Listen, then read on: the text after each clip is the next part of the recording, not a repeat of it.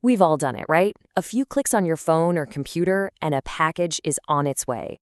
But have you ever stopped to think about what's really going on behind the scenes? In this explainer, we're going to pull back the curtain and decode the entire system that powers that simple Buy Now button. It really can feel like magic. You click a button, and a few days later, a box just appears at your door. But of course, it's not magic. It's an incredibly complex and fascinating system. So let's break down the foundations that make it all possible. Okay, first things first, we've got to get our terms straight. You've probably heard words like e-business, e-commerce, and e-marketing thrown around, maybe even used to mean the same thing, but they actually describe very different parts of the puzzle, and knowing the difference is key to understanding the whole picture. So let's start with the biggest one, e-business. The best way to think about it is as the entire digital nervous system of a company.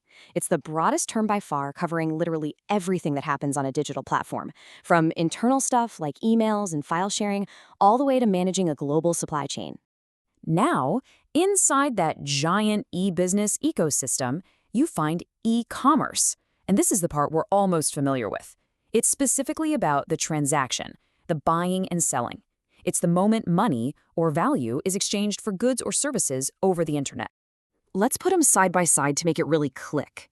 E-business, its main focus is digital integration, and its goal is to make the whole company run more efficiently. E-commerce is a piece of that, focused on online sales with the goal of generating revenue. And then e-marketing is an even more specialized piece, all about online promotion to find new customers.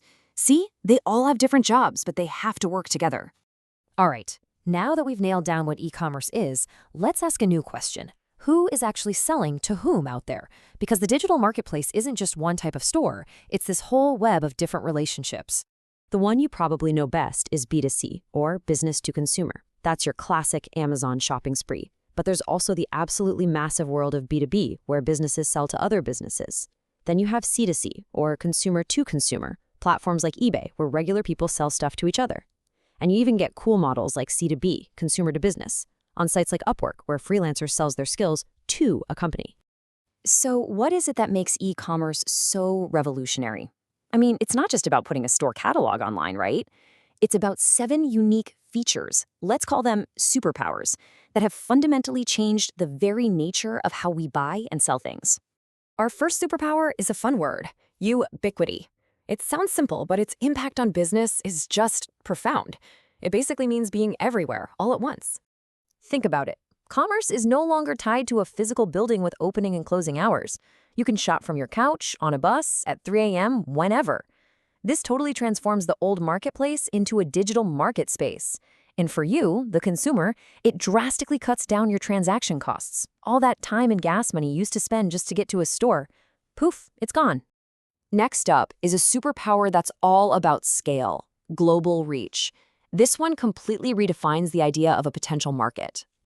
With e-commerce technology, a small shop in a tiny town can connect with customers on the other side of the world. It just shatters all those old geographical barriers. All of a sudden, your potential market isn't just your neighborhood. It's literally the entire online population of the planet. It's a huge shift. Superpower number 3 is the foundation everything else is built on, the universal standard.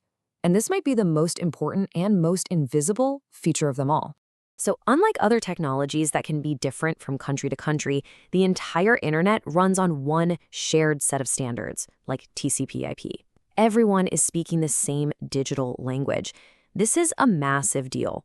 For sellers, it makes it way cheaper and easier to get started. And for us as shoppers, it lowers our search costs, making it super simple to find and compare things from anywhere in the world. Okay, let's talk about the marketing message itself. Our fourth superpower is richness, and it completely breaks a rule that defined advertising for centuries. See, there used to be this trade-off. You could have a really rich, detailed message for a small audience, like a salesperson talking to one person, or you could have a simple message for a huge audience, like a billboard. E-commerce just blows that trade-off away. Now, a company can deliver a super complex, rich message with video, audio, and text to literally millions of people at the exact same time. Our fifth superpower is the one that turns a monologue into a real dialogue. We're talking about interactivity.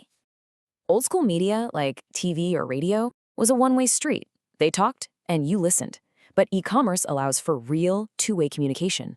You're not just a passive audience member anymore. You can engage with the brand, you can ask questions, you can leave reviews, you can talk back. Commerce becomes a conversation. The sixth superpower is a massive one, and it's all about data. We are talking about information density, which has radically shifted the balance of power in the marketplace. The internet has just flooded the market with a staggering amount of high-quality information for everybody, both the sellers and the buyers. This leads to a whole lot more transparency. You have price transparency, which means we can easily compare prices from a dozen different stores in seconds.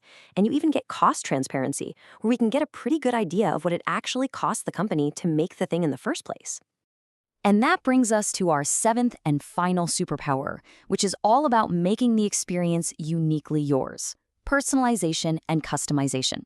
Now, these two sound really similar, but they're actually two different ways of tailoring the online world to you. The difference is really simple, but it's important. Personalization is when the company targets you. Think about Netflix suggesting a show because you watched something else. Customization, on the other hand, is when you change the product yourself. That's like building your own computer on a website or putting your name on a pair of shoes. So when you mix all these superpowers together, where does it lead? Well, it leads straight to the rise of social commerce. Platforms like Instagram, TikTok, and Facebook aren't just for sharing photos anymore. They have become full-blown integrated marketplaces. They use hyper-targeted ads, influencer marketing, and direct shopping features to sell you things, often without you ever having to leave the app.